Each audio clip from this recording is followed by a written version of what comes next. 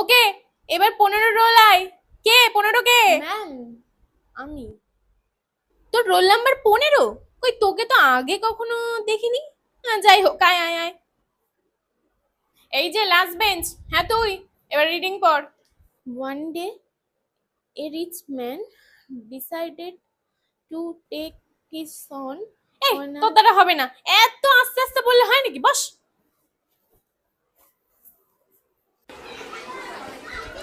কিরে, এটা কি ক্লাসরুম নাকি মাছের বাজার? সবাই উঠে দাঁড়া।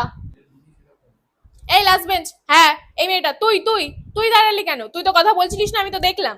মুখ দিয়ে কি একটুও কথা বেরোয় না নাকি? স্কুলে আসবি, বসবি, টিফিন খাবি আর চলে যাবি, বল। ম্যাম।